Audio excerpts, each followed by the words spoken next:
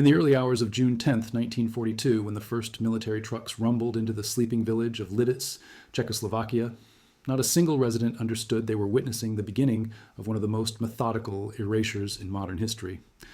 Joseph Marek, a 34-year-old miner with calloused hands and a reputation for quiet dignity, watched from his window as Nazi officers unfolded a list of names longer than any execution order the region had ever seen.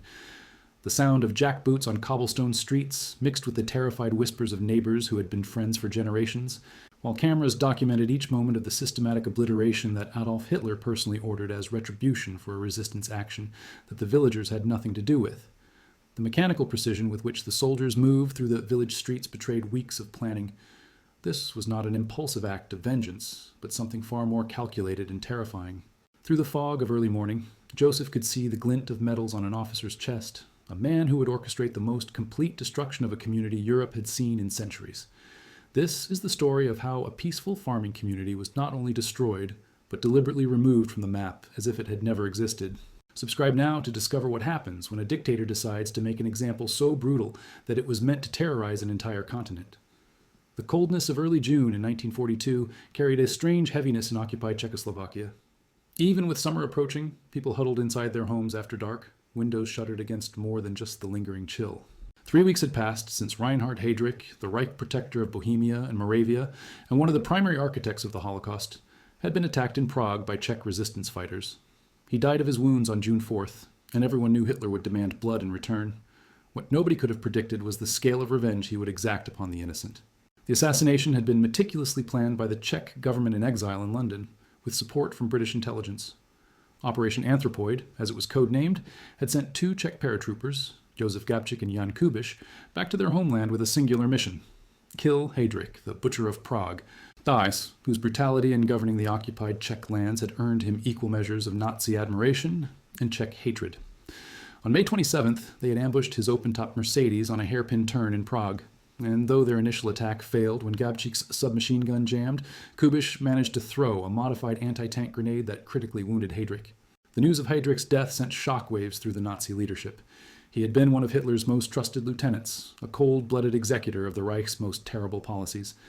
His funeral in Berlin was attended by the highest Nazi officials, with Hitler himself declaring that this is a man who is irreplaceable. But more than grief, what consumed the Führer was rage, a need for retribution so severe that it would crush any further resistance. Hitler reportedly demanded that the Czech people needed to be taught a lesson they would never forget. Joseph Marek had risen early that morning, as miners often did. His wife Ruzena was still asleep, their 2 children, Tomáš, aged 8, and Eva, just 5 years old, curled together in the small bedroom they shared.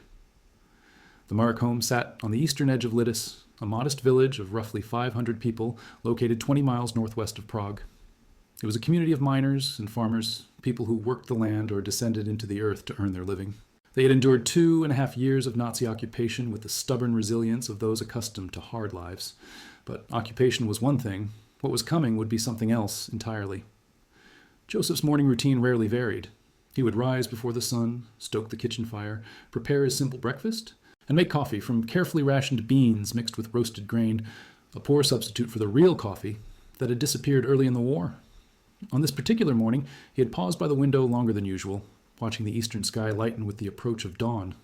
In the distance, he could see the headlamp of another miner making his way to the early shift. The familiar sight was oddly comforting, a reminder that, despite everything, some patterns of life continued. The Marek family had deep roots in Lidice. Joseph's grandfather had built their home with stone quarried from nearby hills. The wooden beams that supported the ceiling had been cut from trees that once grew where the garden now flourished.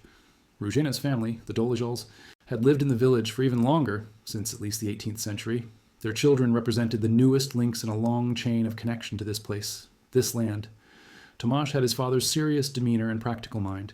He already knew how to tend the vegetable garden and care for their few chickens. Eva, with her mother's wide brown eyes and quick smile, was the family's joy, singing Czech folk songs as she played and bringing wildflowers home in small, grimy fists. The first military trucks arrived at 4:30 in the morning, their engines audible long before their headlights swept across the buildings. Joseph was at his kitchen window, a cup of ersatz coffee cooling in his hands when he saw them. German soldiers jumped from the vehicles before they had fully stopped, their movements precise and practiced. This was not a random raid. This was something planned with meticulous attention to detail. Ruzena, he called softly, not taking his eyes from the window. "Get the children up. The Germans are here." His wife appeared beside him a moment later, her sleep-tangled hair hastily tied back. "How many?" she whispered. "Too many," Joseph replied, watching as more trucks appeared on the road. "At least 100 soldiers, maybe more." The column of vehicles seemed endless, each one disgorging more soldiers. Joseph recognized the insignias of both the Wehrmacht and the SS. The latter made his stomach tighten with dread. Regular army soldiers could be harsh, but the black-uniformed SS were known for their fanaticism and cruelty. Among them moved men in plainclothes, their faces set in expressions of cold determination. Gestapo agents, there to ensure that whatever was about to happen proceeded according to plan. As the soldiers fanned out through the village, Joseph saw that they carried detailed maps. They moved with the confidence of men who already knew exactly which houses to surround, which roads to block. Several positioned machine guns at strategic points, covering the main streets and paths that led out of Lidice. Others began stringing telephone wire between command posts, establishing a communications network. This was no hastily organized reprisal. This was the execution of a carefully developed operation. Within minutes, the loudspeakers mounted on the vehicles crackled to life. The announcement, delivered in German and then in Czech, was brutally direct. All residents of Lidice must assemble in the village square immediately. Anyone found in their homes will be shot without warning. You have 20 minutes to comply. Ruzhena moved quickly, her hands steady despite her fear. She woke the children with gentle urgency, helping them dress in their warmest clothes. "Put on your good shoes," she told them. "Not your sandals."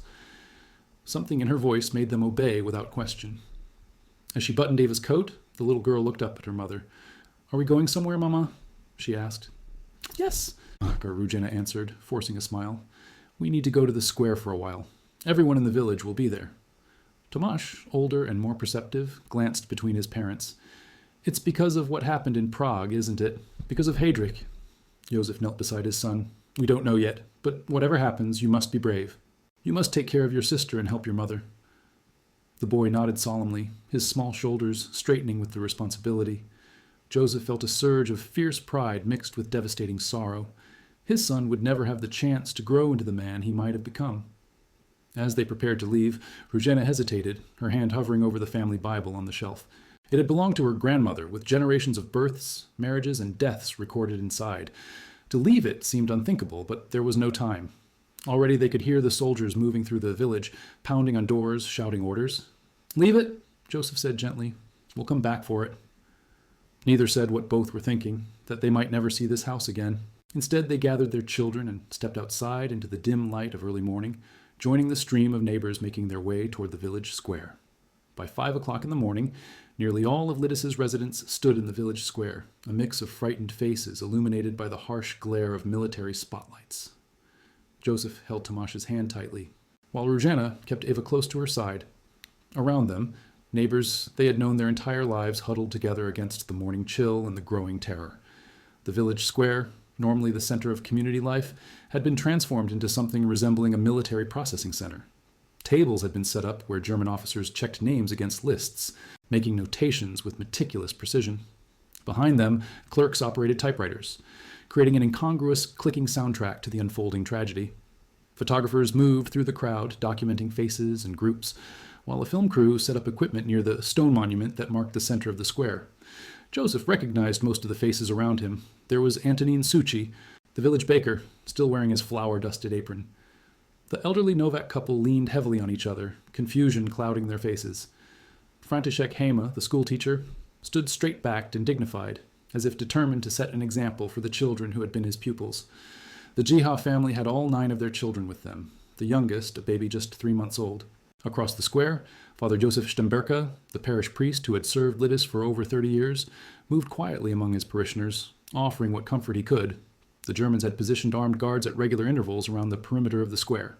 Their rifles were not slung casually over shoulders, but held at the ready, a clear indication that any attempt to flee would be met with immediate response. Several villagers had already tested this. 2 young men had tried to slip away through the gardens behind the town hall. The crack of rifle fire had been followed by a terrible silence. No one else tried to escape after that. A German officer stepped forward, Karl Hermann Frank himself, the highest-ranking SS officer in the Protectorate. His uniform was immaculate, his posture rigid with authority. When he spoke, his voice carried across the silent crowd with chilling precision. The village of Lidice has been found to be actively supporting the assassins of Reich Protector Heydrich, he announced, the words falling like stones. The Führer has ordered that Lidice shall pay the ultimate price for this treachery. A murmur of denial rippled through the gathered villagers. No one in Lidice had been involved in the assassination plot. The village had no significant resistance activity. Most were simply trying to survive the occupation with as little attention from the authorities as possible. Several men stepped forward, including the mayor, attempting to protest this false accusation. They were immediately beaten back by soldiers. Frank continued as if there had been no interruption. Men and boys over 15 years of age will be separated and executed. Women will be sent to concentration camps. Children who are racially suitable will be placed with German families for proper education. The village itself will be burned to the ground and removed from all maps and records. The name Lidice shall be erased from memory. The terrible pronouncement hung in the air for several heartbeats before its full meaning penetrated. Then came the sounds of anguish, gasps, sobs, cries of disbelief and protest. Mothers clutched their children more tightly. Husbands and wives reached for each other's hands. The collective shock was palpable, a wave of horror that swept through the crowd. Mayor František Hejda, his face ashen but determined, stepped forward again. Herr Kommandant, he began, his voice steady despite everything, there has been a terrible mistake. Our village had nothing to do with the assassination. We can prove... The rest of his words were lost as a rifle butt struck him in the stomach, doubling him over. 2 soldiers dragged him back, throwing him roughly to the ground. Frank watched this with cold detachment before addressing the crowd again. There is no mistake. The evidence is conclusive. Lidice has harbored enemies of the Reich and must be punished accordingly. This decision comes directly from the Führer himself and is not subject to appeal or discussion. Joseph felt Tomáš's hand tighten in his. The boy was trembling, but his face remained composed, trying so hard to be brave as his father had asked. Across the square, Joseph could see other families clinging to each other in these last moments together. Some were praying openly, rosary beads moving through fingers. Others stood in stunned silence, unable to process the enormity of what was happening. The systematic separation began immediately. Soldiers moved through the crowd, roughly pulling men and teenage boys away from their families. Joseph had only moments to embrace his wife and children before hands seized him, dragging him toward the growing group of male villagers. Tomáš clung to his father's hand until a soldier struck the child, forcing him to let go. The last glimpse Joseph had of his family was Růžena holding both children, her face a mask of determined calm as she whispered reassurances, even as tears streamed down her face. 173 men from Lidice were herded to the Horák family farm at the edge of the village. There, in the garden and against the barn wall, they waited as the Germans methodically constructed a makeshift execution site. The men were arranged in groups of 10, forced to watch as each preceding group was shot. Some prayed quietly. Others called out final messages of love for their families, hoping their voices might somehow carry to the women and children still in the square. A few attempted to run and were gunned down immediately. Their bodies left where they fell as warnings to the others. The Horák farm had been chosen deliberately. Its stone barn wall would serve as a backdrop for the executions, absorbing bullets and preventing ricochets. Its location, partially screened from the village by a stand of trees but with the ground sloping gently upward from the barn, created a natural amphitheater. The Germans had positioned the men so that each group could clearly see the execution of those who went before them. Among the first group was Father Stemberka, who had requested to be allowed to offer last rites to the condemned. This was refused, but the priest continued to pray quietly as he faced the firing squad, his lips moving in benediction until the moment the bullet struck. Václav Žiža, a man known for his hot temper and quick fists, had to be physically restrained. He fought the soldiers, screaming defiance until a rifle butt to the head left him semi-conscious. He was propped up against the wall and shot with the others. The executions proceeded with mechanistic efficiency. Each group was led to the wall, positioned at measured intervals. The firing squad, composed of 10 soldiers to ensure 1 bullet per victim, would take their positions. An officer would give the command. Rifles would fire in unison, and 10 men would crumple to the ground. Medical officers checked each body, administering a coup de grace to any who still showed signs of life.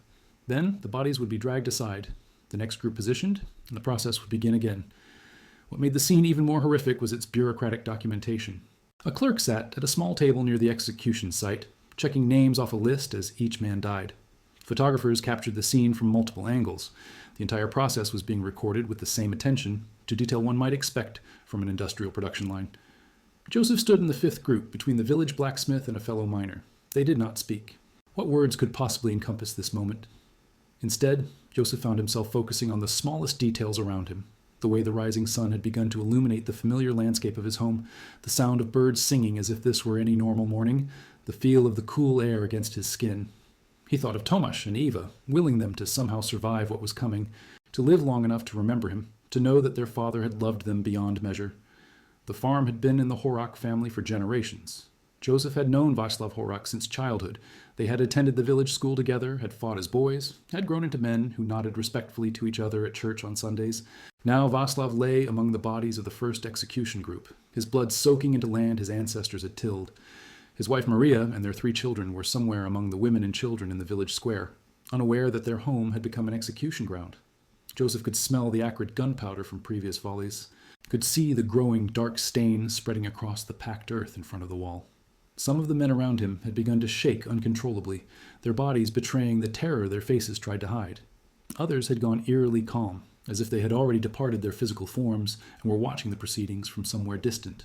An elderly man 2 spaces to Joseph's left had fallen to his knees in prayer. The soldiers had roughly hauled him back to his feet, insisting that all would die standing.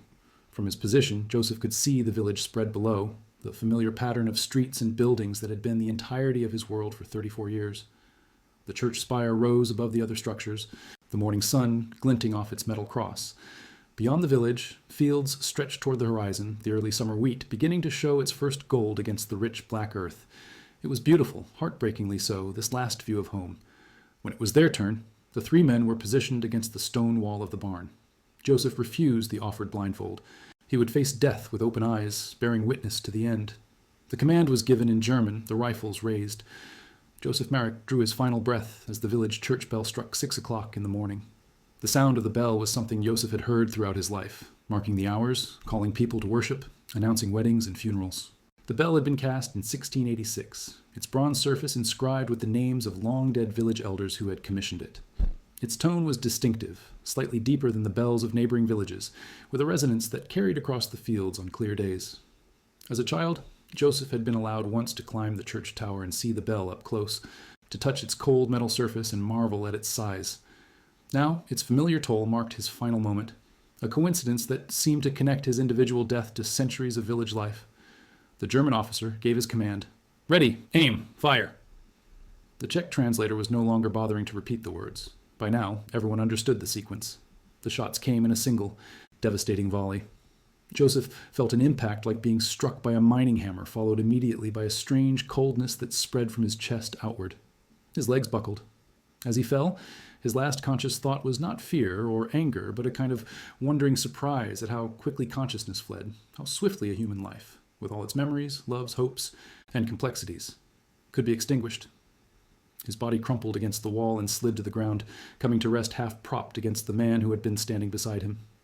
The medical officer moved down the line, administering a coup de grace to each victim with a pistol shot to the head, a methodical confirmation of death that seemed both redundant and obscene. The bodies were dragged away by soldiers wearing work gloves, creating space for the next group. The entire process had taken less than 2 minutes. By 7 o'clock, all 173 men of Lidice lay dead. The only male survivor was a man who had been hospitalized in Prague before the raid began. The Germans would find and execute him later. The morning sun now fully illuminated the execution site, revealing the scale of what had happened. Blood had soaked into the earth, creating dark patches that attracted flies. The bodies had been arranged in rows, laid out with the same precision that had characterized the entire operation. German officers walked among them, occasionally stopping to check identification papers against their lists. Nothing was left to chance. Every death was accounted for. At a field command post, established in what had been the Horak family's kitchen, officers filed reports by field telephone to headquarters in Prague. They spoke in the dispassionate language of military operations. Objectives achieved, timetable maintained, next phase commencing. The clinical detachment with which they discussed the murder of nearly 200 men was perhaps more chilling than any display of hatred would have been. The soldiers involved in the executions were given a brief rest period. They sat in the farmyard, smoking cigarettes, drinking water or schnapps from canteens. Some looked shaken by what they had done. Others displayed no emotion whatsoever. A few even joked among themselves, as if they had just completed an ordinary training exercise rather than a mass execution of civilians. Wehrmacht soldiers generally appeared more affected than the SS men, some sitting apart, unable to meet each other's eyes. The SS officers noticed this and made notes. Such weakness would be reported. Shortly after 8 o'clock, trucks arrived to transport the bodies. This had been planned in advance as well, the timing precisely calculated to allow for the executions to be completed before removal began. The bodies were loaded without ceremony, 10 to 15 per truck. They would be taken first to a site near Kladno, where a mass grave had been prepared. Later, as part of the complete erasure of Lidice, they would be exhumed and cremated, their ashes scattered. While the executions were taking place, the women and children of Lidice remained in the village square, surrounded by armed guards. They had heard the distant gunfire, understood with mounting horror what it signified, but were not permitted to mourn. Instead, they were processed with the same mechanical efficiency that characterized the entire operation. 203 women were separated from their children, loaded onto trucks, and transported first to the gymnasium of a nearby school in Kladno, then later to Ravensbrück concentration camp. The separation process began around 7:30 in the morning.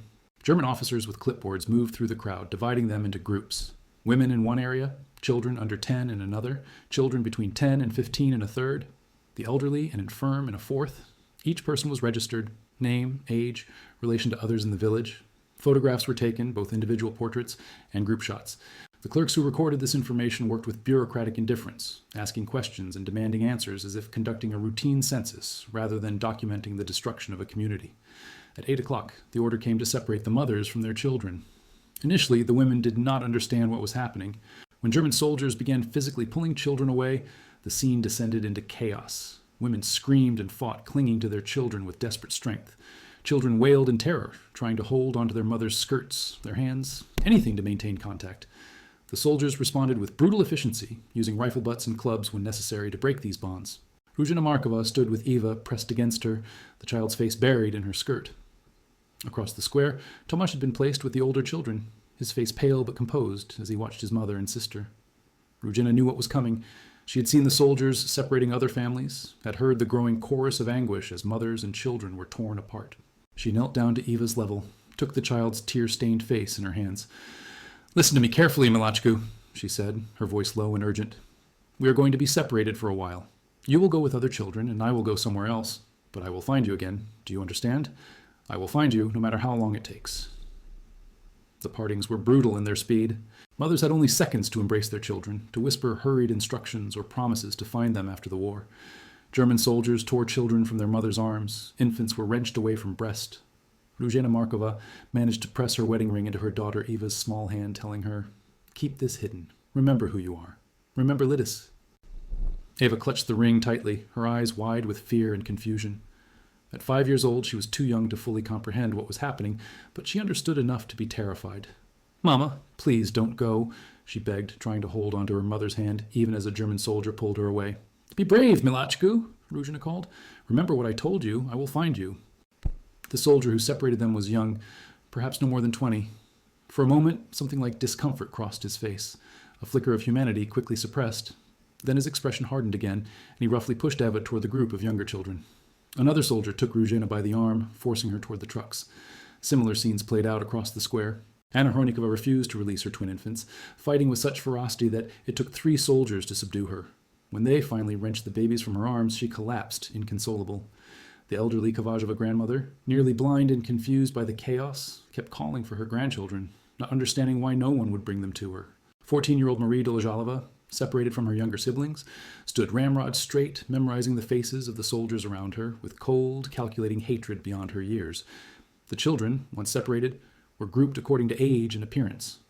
German racial experts moved among them, measuring facial features, checking eye and hair color, making notations on clipboards.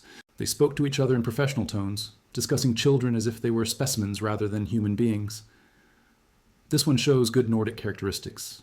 That one is too Slavic in appearance. Their evaluations would determine which children might be selected for Germanization and which would be disposed of. The scene at the school gymnasium in Kladno, where the women were initially held, was one of controlled chaos. German officers moved through the crowded room, selecting women for immediate interrogation. Those suspected of having any knowledge about the Heydrich assassination were taken first. Hours passed. The women received no food or water. Young mothers begged for information about their infants. Elderly women collapsed from stress and exhaustion.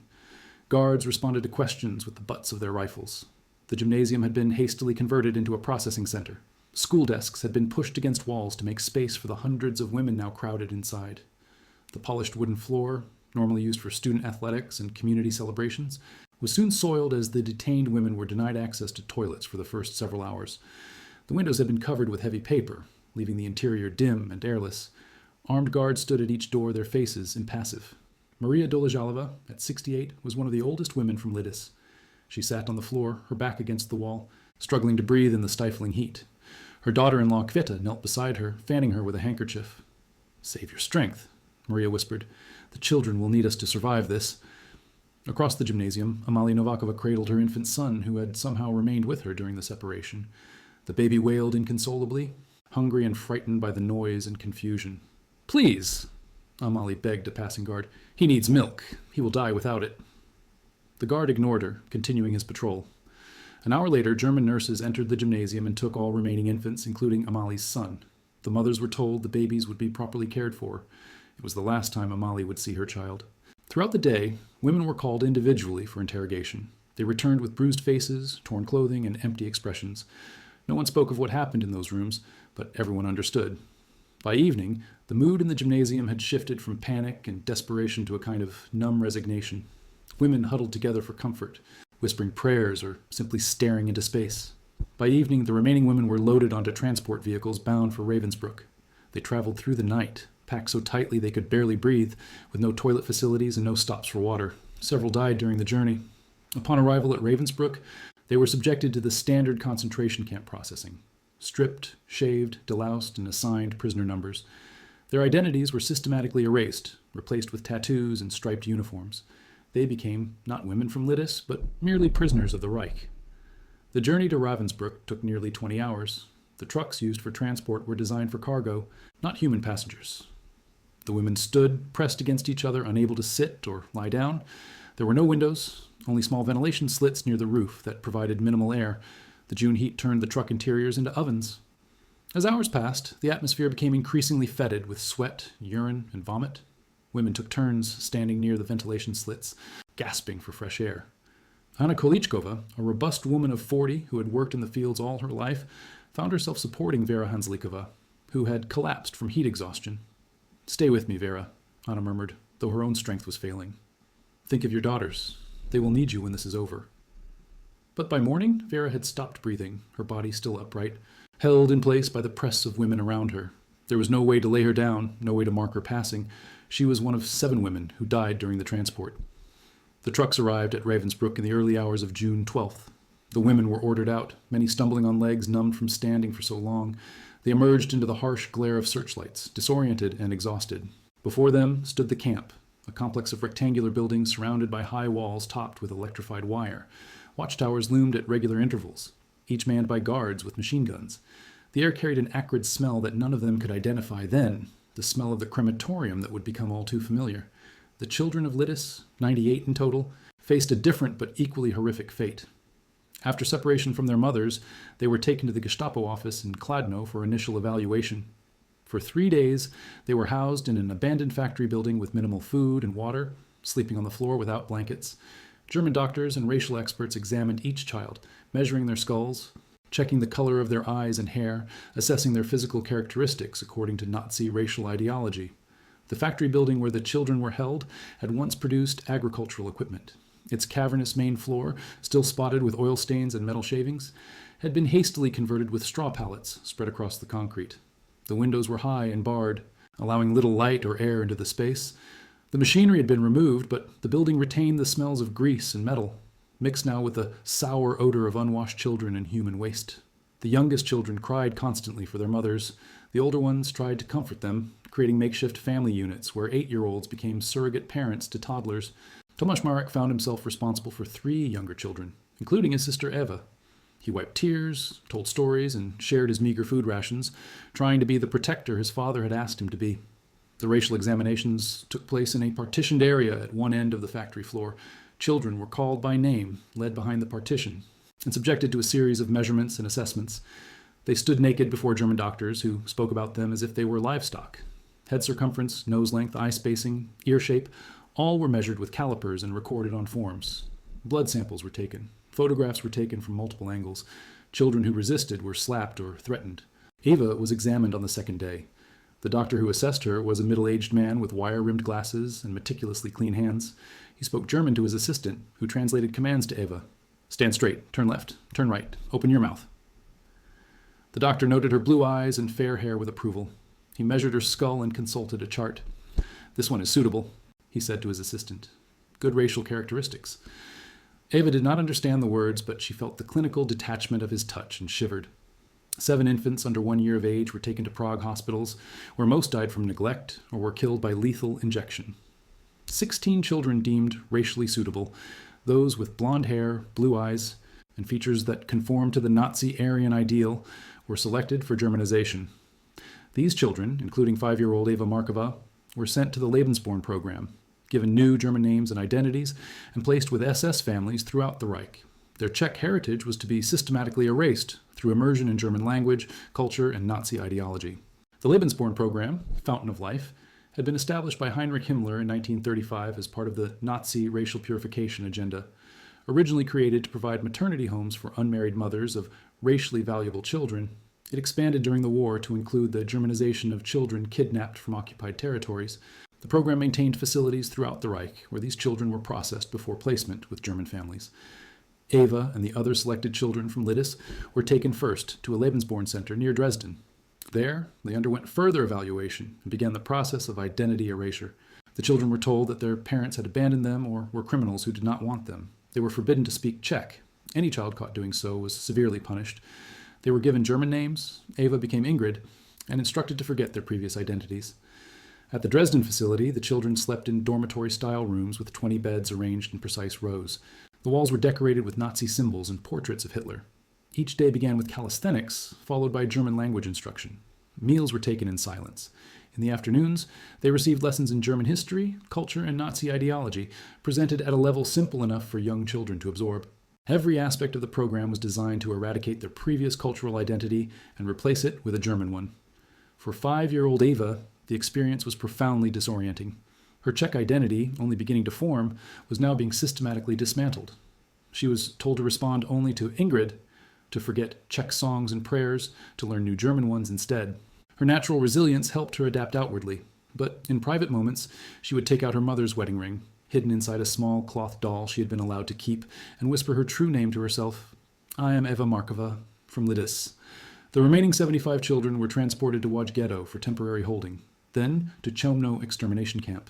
They arrived on July 14, 1942, and were immediately sent to the gas vans, converted trucks where exhaust fumes were pumped into the sealed cargo area. The children died in groups, the youngest unable to understand what was happening, the oldest trying desperately to comfort them in their final moments. Not a single child was spared. Their bodies were buried in mass graves along with thousands of Jewish victims of the same camp. The journey to Łódź was a nightmare of confusion and fear. The children traveled in cattle cars, packed so tightly that the smallest were in danger of being crushed. There was one bucket for sanitation needs, quickly overflowing. Food consisted of stale bread and water provided at irregular intervals. The summer heat turned the closed cars into sweltering boxes, where the air grew increasingly fetid. Many children became ill with fever, diarrhea, or dehydration. 8-year-old Tomasz Marek had appointed himself protector of 3 younger children from Lidice. He shared his food with them, tried to find them space to lie down, and told stories to distract them from their fear and discomfort. By the time they reached Łódź, one of his charges, a 3-year-old boy named Pavel, was seriously ill with fever. There was no medical care available. The child died 2 days later in the Łódź holding facility, one of several who did not survive long enough to reach Chełmno. The Łódź ghetto, established by the Nazis in Polish territory, annexed to the Reich, was already severely overcrowded with Jewish residents living in desperate conditions. The children from Lidice were held in a school building on the ghetto's periphery, separated from the main ghetto population. Here they remained for nearly 4 weeks, sleeping on bare floors, subsisting on the same starvation rations provided to ghetto residents, primarily watery soup and occasional bread. Many developed the distended bellies and listless demeanor characteristic of severe malnutrition. On July 13th, the surviving children were told they would be relocated to a better facility with proper beds and more food. Some of the older ones were suspicious of this sudden kindness, but most were too exhausted and hungry to question it. They were loaded onto trucks and driven to Chełmno, a journey of approximately 40 miles. None of them knew they were being taken to their deaths. With the human elements of Lidice removed, the Nazis turned their attention to erasing the physical village itself. Hitler had ordered that Lidice should disappear from the map, and his subordinates carried out this command with fanatical thoroughness. Special demolition teams arrived on June 10th, bringing explosives and equipment. They began with the church, a structure that had stood for nearly 300 years. The stone building required multiple explosive charges before it finally collapsed, its bell tower falling last, as if in final protest. The Church of St. Martin had been the spiritual and social center of Lidice for generations. Built in 1697 on the site of an earlier wooden chapel, its Baroque architecture featured a distinctive onion-domed bell tower, visible for miles across the surrounding countryside. Inside, painted wooden statues of saints gazed down from niches in the walls. The altar, adorned with gold leaf and intricate carvings, had been a gift from a wealthy Prague merchant in the 18th century. The church registry contained birth, marriage, and death records dating back centuries, an irreplaceable archive of community history. The demolition team approached the destruction with methodical precision. Before setting explosives, they removed items of potential value: gold and silver liturgical objects, paintings, anything that could be sold or repurposed. They took photographs of the church, exterior and interior, documenting what would soon be destroyed. Then they placed charges at key structural points and withdrew to a safe distance. The first explosion at 10:30 in the morning shook the ground for a half mile in every direction. Dust rose in a great cloud, temporarily obscuring the site. When it cleared, the main nave had collapsed, but the bell tower still stood. 3 more charges were required before it finally fell, the bell inside ringing one last time as the tower toppled. The sound echoed across fields now empty of workers, a final knell for the village that had existed for over 600 years. From the church, the demolition teams moved outward in a systematic pattern, working house by house through the village. Each building was first photographed, then looted of anything valuable, then destroyed either by explosives or by fire, depending on its construction. Stone buildings required charges placed at structural points. Wooden structures were simply doused with gasoline and set ablaze. House by house, the demolition continued. Buildings were first looted of anything valuable: furniture, artwork, tools, food stores, then set ablaze or blown up. Soldiers photographed each stage of destruction, creating a documentary record of the erasure. Special SS film crews captured footage intended for propaganda use to show the consequences of opposing the Reich.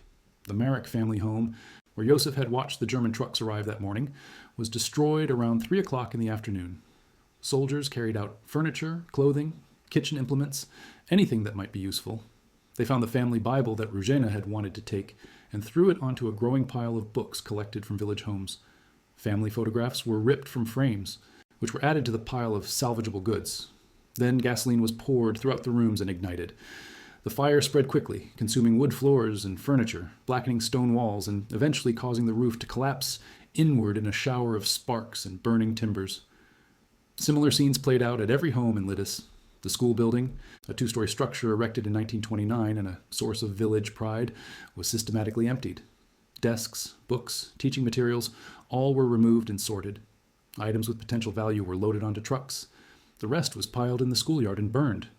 The building itself was then destroyed with explosives, its walls collapsing outward onto the playground where children had run and laughed just days before. The village store, operated by the Novotny family for 3 generations, was emptied of its inventory, food, clothing, household goods, before being blown up. The remaining stock was loaded onto trucks for redistribution to German families in nearby towns. Even the wooden shelving was dismantled and taken, considered too valuable to waste. By nightfall on June 10th, fires burned throughout what had been Lidice. The glow could be seen for miles, a beacon signaling destruction. German soldiers maintained a perimeter around the village, ensuring no one approached to witness what was happening. Local Czech authorities and surrounding communities were instructed to keep their residents away, with the threat of similar reprisals if they failed to comply. Within a week, not a single structure in Lidice remained standing, but this was not enough. Hitler had specified that the village should cease to exist in every sense. So the demolition teams continued their work. They uprooted orchards, cut down every tree, filled in wells. Even the village cemetery was not spared. Gravestones were smashed or used as roadbed material.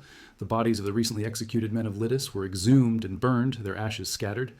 The demolition of the village cemetery represented a particular kind of cultural violence. Established in the early 18th century, the cemetery contained the remains of generations of Lidice residents. Weathered gravestones, some so old their inscriptions had faded to near illegibility, stood in neat rows. Family plots were marked by small iron fences or stone borders. Many graves were adorned with photographs of the deceased embedded in porcelain medallions, a common practice in Czech cemeteries of the period. The demolition team approached this sacred space with the same methodical efficiency they had applied to the rest of the village. First, they photographed the cemetery for their documentation. Then, they began the destruction. Headstones were uprooted with crowbars or pushed over with machinery. Those made of valuable marble or granite were set aside to be repurposed. Some would later be used as paving stones for a road being built nearby. The simpler stones were smashed with sledgehammers, reduced to rubble. Once the markers were removed, excavators dug into the earth, disinterring graves without ceremony or respect. Human remains, bones, decomposing bodies, fragments of coffins were piled together. Some were burned on site, others were loaded onto trucks and taken away for disposal elsewhere. No distinction was made between recent burials and ancient ones, between adults and children. All were treated as waste to be removed. The village orchards, some containing trees over 100 years old, were systematically destroyed. Lidice had been known for its apple and cherry orchards, which produced fruit sold in markets as far away as Prague.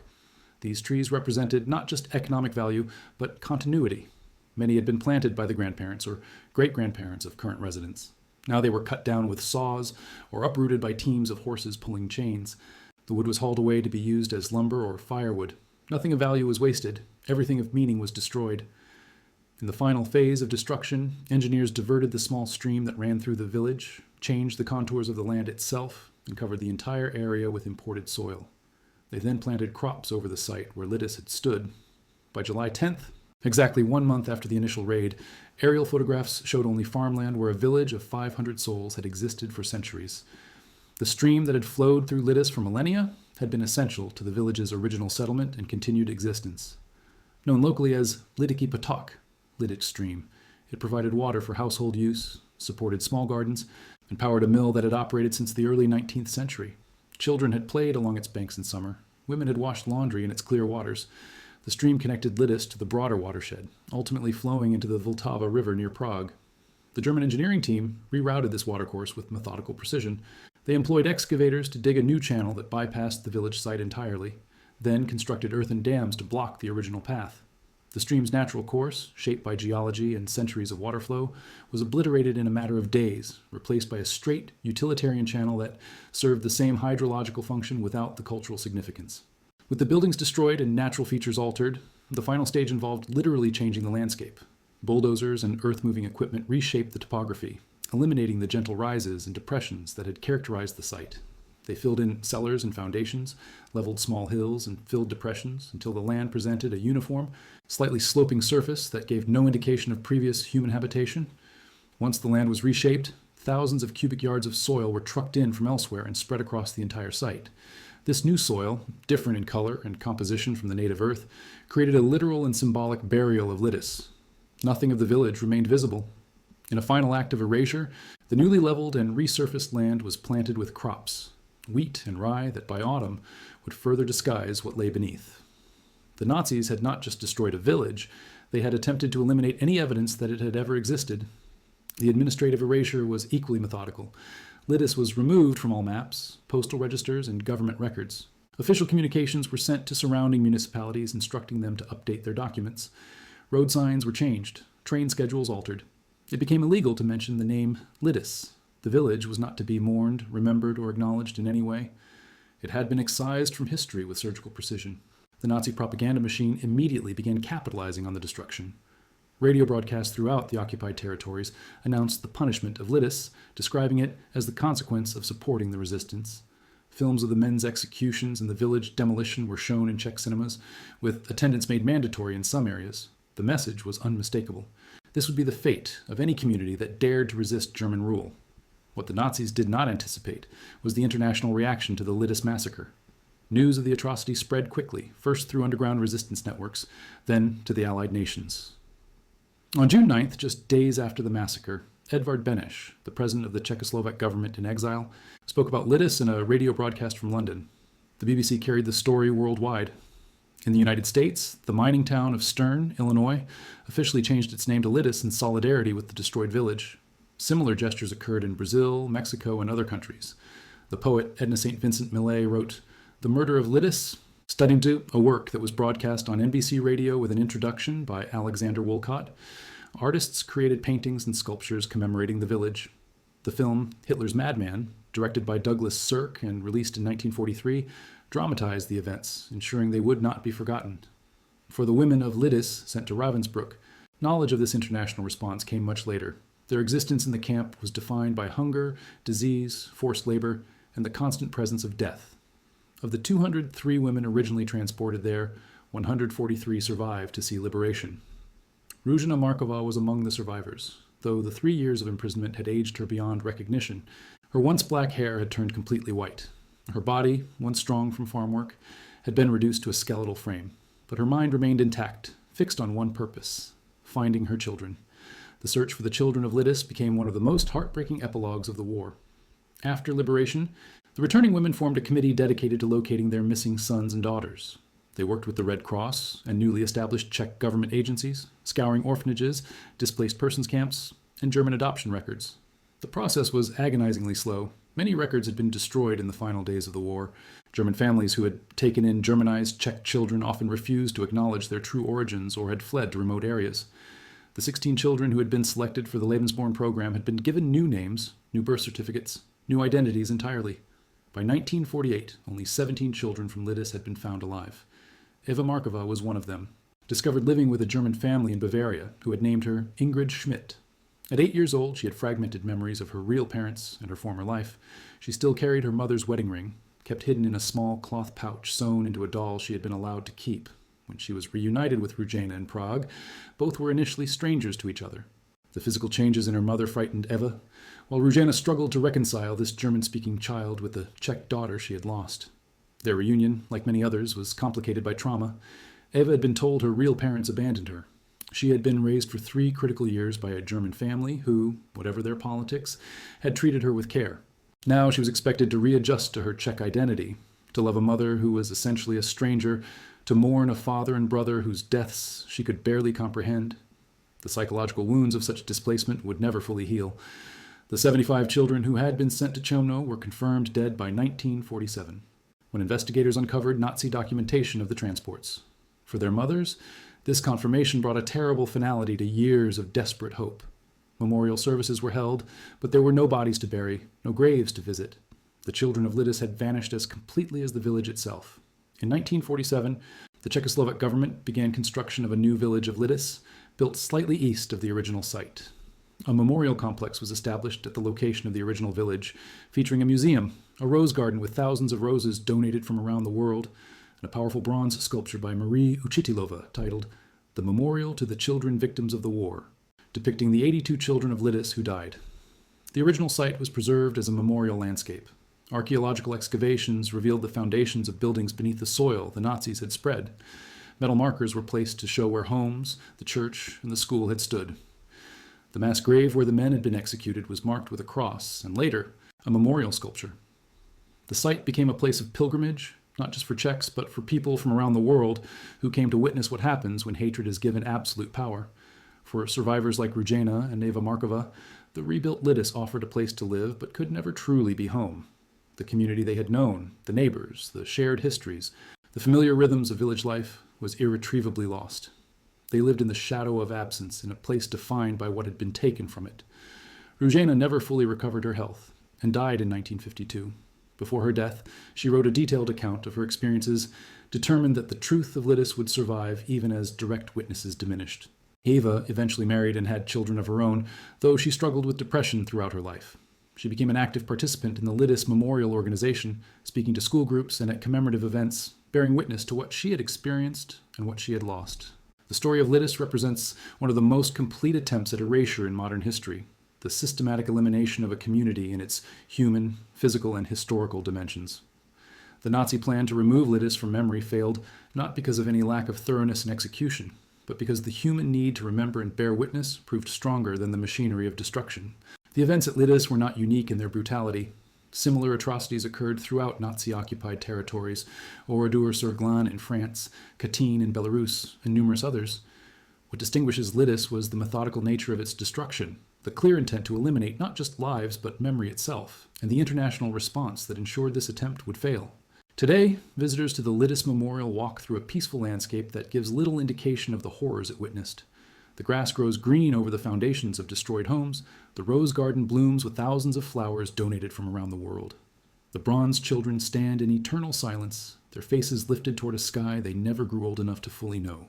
The village that Hitler ordered wiped from the map has become instead a permanent marker on the map of human memory, a place that reminds us what happens when ideology overwhelms humanity, when power operates without conscience.